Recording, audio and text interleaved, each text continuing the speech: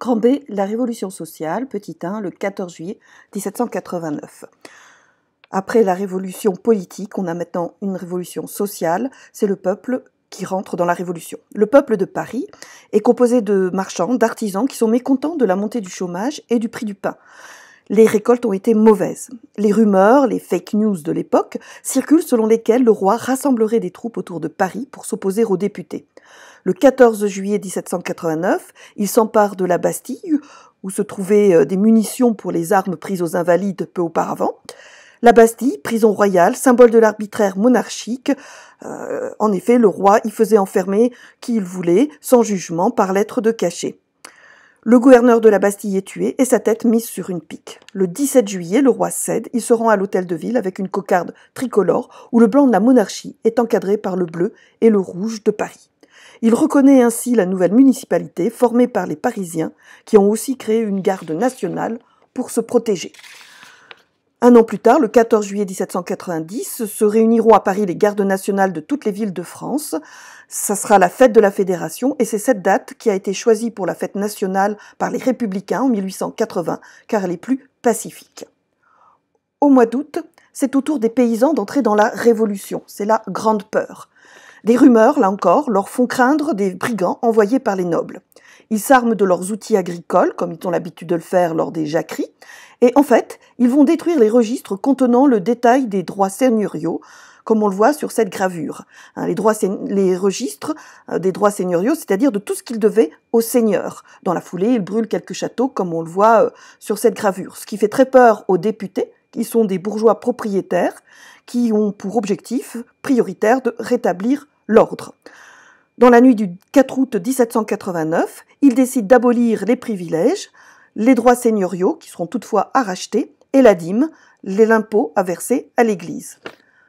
Un ordre social nouveau s'installe, car la société d'Ancien Régime disparaît. Il n'y a plus d'ordre, et il faut donc définir de nouveaux principes. C'est l'objectif de la DDHC, la Déclaration des droits de l'homme et du citoyen, petit 3.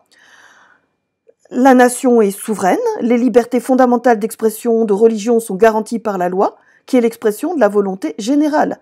Les hommes sont libres et égaux en droit, égalité juridique, mais on ne regarde pas assez la fin de cet article 1, il reste des différences selon le mérite, c'est-à-dire la richesse, point essentiel dans ces débuts de l'ère industrielle. Les députés sont des bourgeois propriétaires. Pour eux, la propriété est sacrée. C'est aussi inscrit dans la DDHC. C'est donc un texte rédigé dans des circonstances bien précises, mais qui pourtant, paradoxalement, va prendre une portée universelle. Grand C, la monarchie constitutionnelle, la fin de tous les problèmes, ça y est, la révolution est terminée. L'Assemblée constituante,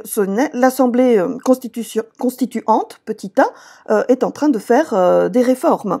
Pour le tiers-État, la révolution est terminée, en effet. Ils ont installé une monarchie qui limite les pouvoirs du roi, comme en Angleterre. L'Assemblée est élue au suffrage censitaire, seuls les riches peuvent voter, et deviendra l'Assemblée législative avec le vote de la Constitution en 1791. La Constitution donne même au roi un droit de veto. Il peut s'opposer à certaines lois.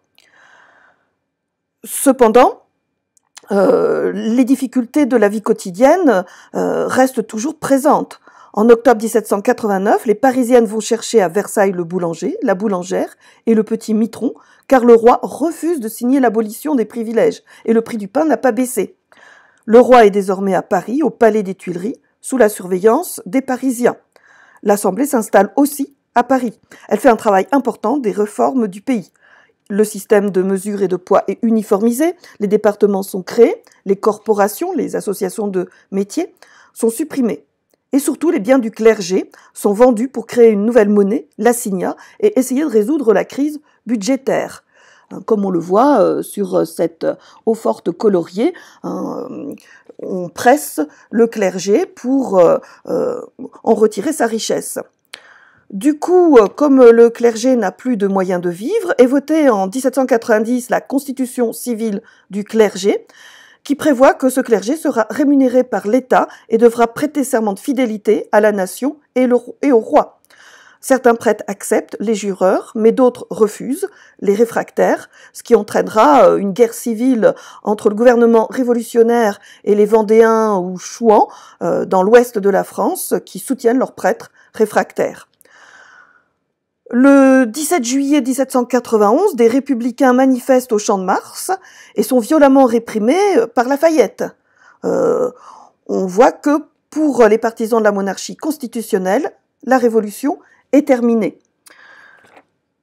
C'est dans ce contexte qu'a lieu, en avril 1792, la déclaration de guerre à l'Autriche.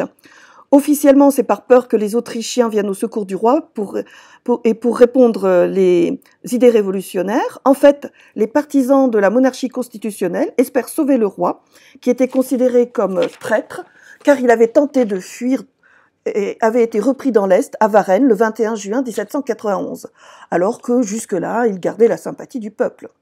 Les débuts de la guerre sont difficiles. Le 11 juillet 1792, la patrie est déclarée en danger. L'Assemblée fait appel à des volontaires, car les chefs militaires qui étaient nobles se sont exilés à l'étranger. La Marseillaise est écrite dans ce contexte par Rouget de Lisle et chantée par les fédérés de Marseille.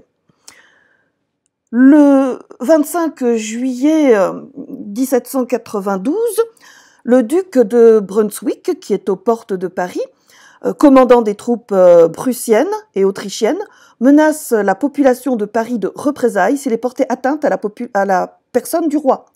Cet ultimatum, au lieu de faire peur aux sans-culottes, au contraire, le convainc de la traîtrise du roi, et les sans-culottes envahissent les Tuileries le 10 août 1792 et contraignent l'Assemblée à voter la déchéance du roi. Une nouvelle Assemblée, la Convention, est élue au suffrage universel. Elle proclame la République le 21 septembre 1792, au lendemain de la bataille de Valmy, dans l'est de la France, qui a vu le peuple en armes l'emporter sur les Autrichiens.